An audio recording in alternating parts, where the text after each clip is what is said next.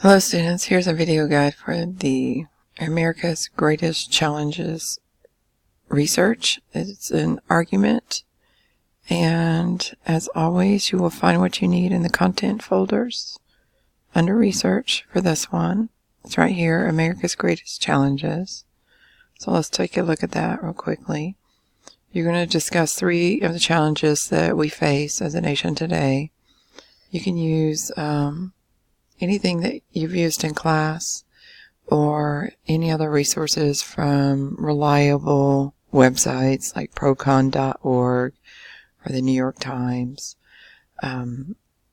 Basically, you're going to research 3 topics and look at the causes, the effects of the issue, and offer solutions. And those solutions should be something that an everyday person can, help. We can contribute into making a difference, into solving this problem. Okay, so just keep that in mind as you're trying to decide on your topics. Here are some of the basic requirements. It has to be 2,200 plus words. You need to use Cicero's 6-part oration. You do not have to look at the opposing side on this one. So really you're just going to use 5 of the 6 parts. Okay. Now it tells you up here that you have to use at least 3 sources from the online database, and so your other sources can come from other reliable topics. This tells you again how to embed the quote, where you introduce it, explain it, and agree or disagree with it. It's the graph templates. Excuse me. And this explains how to paraphrase, because we want to blend. We don't want everything to be cited text. You want some paraphrasing and you want some source citation. Okay. We need more of you in the argument and less of the databases. Okay, so that's what this explains right here. So go ahead and read that. Okay, here's an example of a source that I've taken from a database right here, and here's what I've done with it. This is the paragraph that I've made from that little bit of resource. Okay, as you can tell, most of this is me. I'm explaining what the source means. I'm agreeing with it or disagreeing with it or both. Okay. And also notice down here the disclaimer. Even though the graph templates say I think or I believe, we do not do that in formal writing. Okay, so here's the prompt. Make sure you read it carefully and understand what you're supposed to do. Now, one of the things that my lecture classes do is we brainstorm together. So I will post a link to this as an announcement. Here are the categories that we came up with that you can research. Gender, class, race, education, science, technology, nature and environment, law, politics, justice, and health. Now, when you choose your 3 topics, it can, cross categories. So you can pick something about education and something about nature, and your 3rd topic could be about health. That's fine. It would just be harder to make the essay cohesive if you do it something like this. It's going to feel like you're just jumping from one topic to another topic to another topic. So it would be nice. It would be a stronger essay if you kind of stay within one category and talk about 3 different topics. Okay, so like in education, you could talk about, college safety and student mental health and, any of these.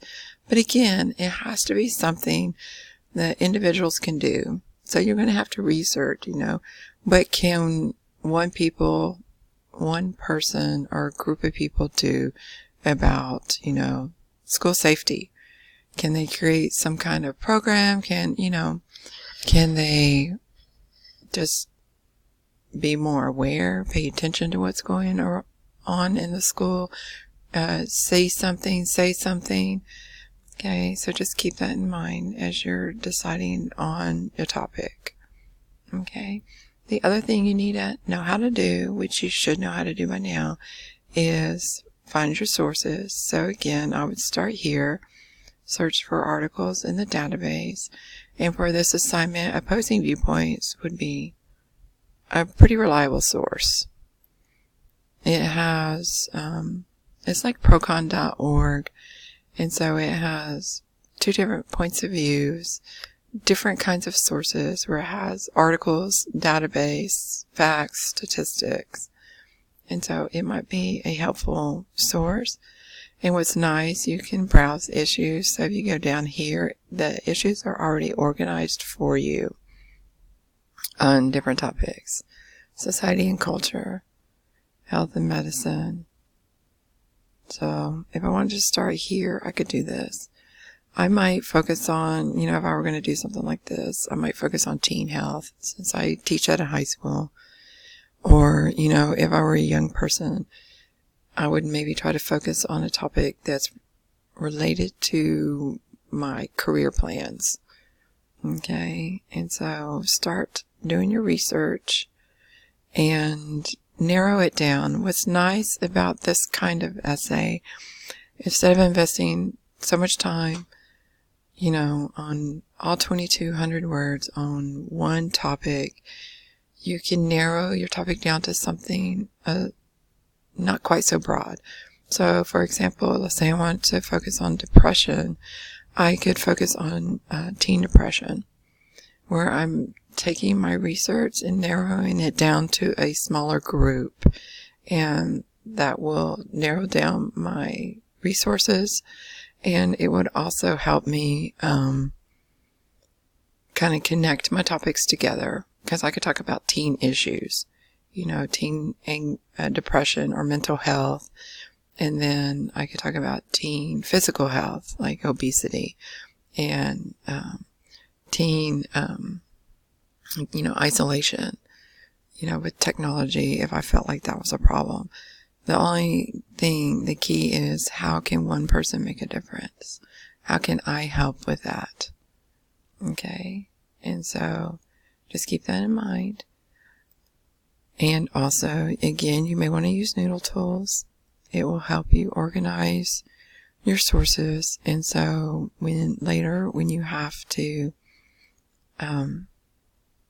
go in and find your sources, they're all here in one location.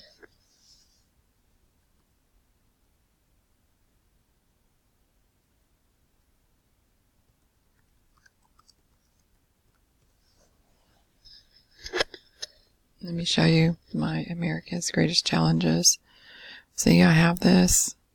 Has all my sources for my example research paper. And I just go to my sources here, and they're collected for me. And I have a link to the original database argument. Okay.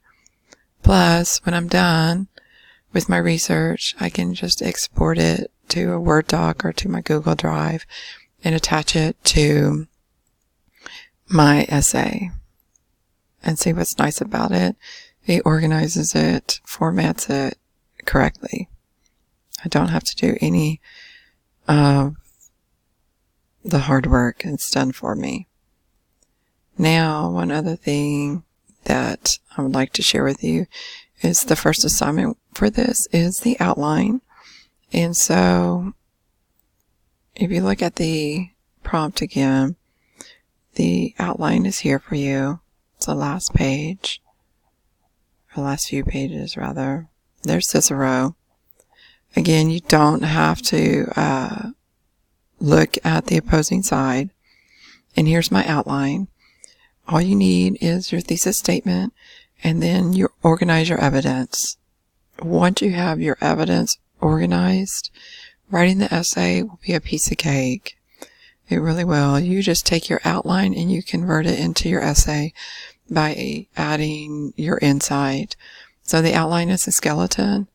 The essay is where you fleshed it out. You've had some meat to the bones here. Okay, and so I would take my first challenge, my first topic, and I would talk about one of the causes, and I would just either copy and paste my evidence here or paraphrase it. The key is to make sure that you have the source citation, that you include the last name or the abbreviated title of the source once you're doing your outline, so that when you turn your outline into the essay, it will be easy to find the source and cite the source properly.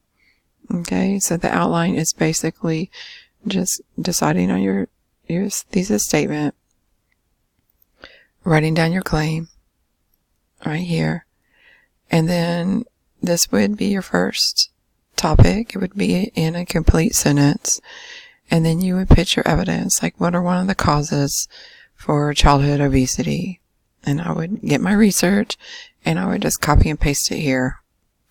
And then what are one of the effects of this cause, and I would copy and paste it here. And then what's a solution, and I would copy and paste it here.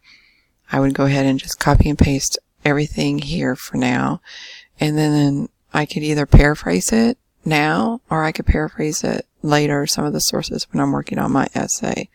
Okay, you do need both when you work on your essay, and so you could begin that here, or honestly keep it simple and just paste the evidence, paste the evidence, paste the evidence. Okay, and I think that's it. Oh, one last thing. Let me show you. This is a student example outline. Let me just show it, let you look at it real quickly here.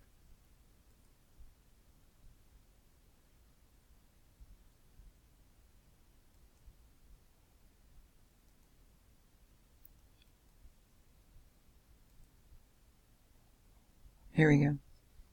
Excuse me. What the student did, she has her thesis statement, and it's just simple. Today's youth face many challenges. She has the first one is cyberbullying. Now you should go ahead and make this a complete sentence. She has her evidence here, and she has her source citations at the end. She just, this is paraphrase, this is paraphrase, this is a direct citation.